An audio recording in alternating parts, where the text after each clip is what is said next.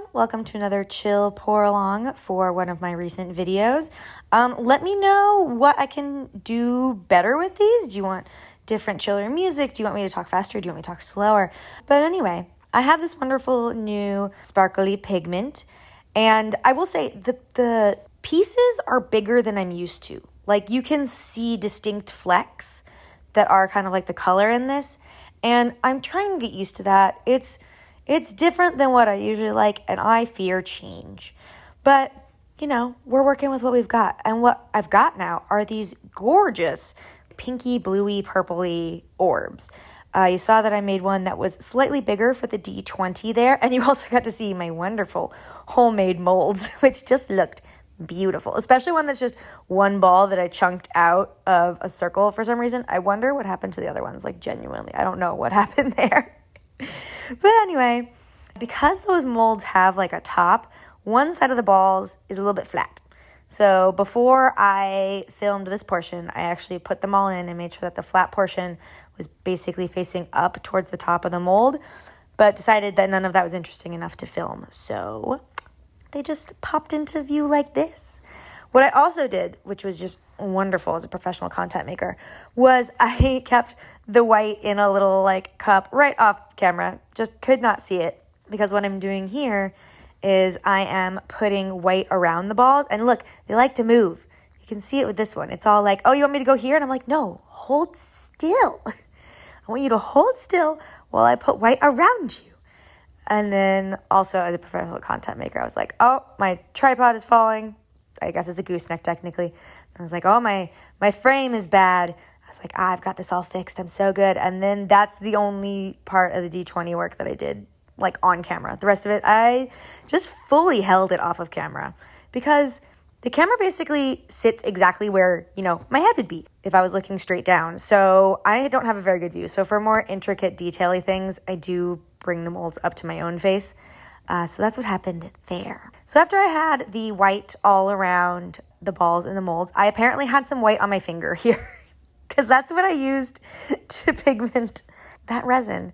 And then I didn't make white go everywhere, so I must have cleaned it off with some isopropyl alcohol, because I swear, once you get a little bit of white pigment paste on your finger, you're just royally screwed. But now I'm mixing in some different pink alcohol inks. That first one was a magenta, that one was a fluorescent pink, and it made this like absolutely gorgeous baby kind of pink here that I was going for. And of course, because it's me, I had to add a little bit more shimmer. So this is interference powder. This will only be seen at the edges of kind of like the little billows in the light as basically like an extra little red. That was red interference powder. So you won't even really be able to tell that there's shimmer in this pink. It's just a little bonus for when people are looking really, really close, which is like one of my favorite things to do. I love little secret Easter eggs in the dice. And now you get to see the just super coordinated way that I get resin into my injectors sometimes. A lot of times I'll pour them in the back, but if the resin is thin like it was here, I can just suck it up, and honestly that's like a little bit faster and easier. So for this design, I was imagining the balls in the middle, kind of like the middle of a flower, even though I know there are not balls in the middle of a flower. And then the white, then the pink, and the subsequent purple kind of coming down in layers around that, kind of like the petals of a flower. I don't know what I'm doing though, and I can't see what I'm doing. So it's all guesses at this point. I also kind of realized around here that I didn't have a ton of room left for the purple, which is going to be the next color, which I'm trying to mix here. And I put in, I think, only one drop of my cyan, and look at that like gray blue. So I was like, oh no, that's the magenta that I have. I can tell the difference because that one's really messy for some reason. And for some reason, it just made gray purple. And I know internally here I was panicking a little bit, because I was like, oh God, this is ugly. This is absolutely not what I wanted. Added a little bit more magenta because that felt like the right thing to do. It's like the primary color that you're supposed to add, right? But this is, once again, also just a dirty, ugly color. So I'm thinking, how am I going to say this? I don't want to add too much alcohol ink, because that can make it not cure.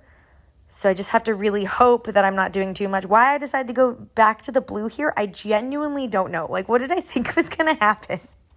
Did I think it was magically going to turn purple, even though it was mostly blue before? So this is when I said screw it. And I added a bunch of fluorescent pink and it came to the absolute perfect color. And luckily there wasn't too much alcohol ink, and it did cure in the end. Thank God. So what's happening here is that I have very little resin left. This must have been the last pour of the day, because usually if I'm struggling this much to get resin to fill the molds, I'll just cannibalize a little bit of the mixed resin that I have for the next set of dice that I'm pouring, because I usually start mixing that around this time because I have an automatic mixer. But here I am like desperately trying to get everything out of that corner, because out of all the corners, because I know that I don't have very much left. And I'm trying to inject it around the sides and hope that it's going to go down. I know it's not going to go down though. But I don't have time to think about that, because I'm too busy thinking about how I don't have enough purple resin in this syringe. Like, look how little is left as I go to the D20. I get around like half of the D20, and then I was like, shit, let's see what we can do. And my thought process here was like, I don't even want to risk like the little bit of residue that I'm going to lose on my finger. I'm going to use the plunger. And then I was like, I can't even get into those corners. So the finger method it was. And I got just a scotch more purple. And was able to top off the molds. Now here's the real question. Why did my white balance change and now the purple looks really gray and dark? Because that I don't know. I'm super confused. Doesn't look like that in the final set. But anyway, as previously stated, realized that the purple wasn't going to like sink down the way I wanted it to. I really wanted the pink to pass the white and the purple to pass the pink. So I realized that I was going to need to give it a little bit of assistance and try and basically dab down the purple with a toothpick there. But I mean, we'll see if that does any good. A toothpick is pretty narrow. So that's me popping the bubbles on the top there, wondering why the hell it's turning so dark in this video. And then I forgot to film putting the tops on. So thanks for hanging out with me.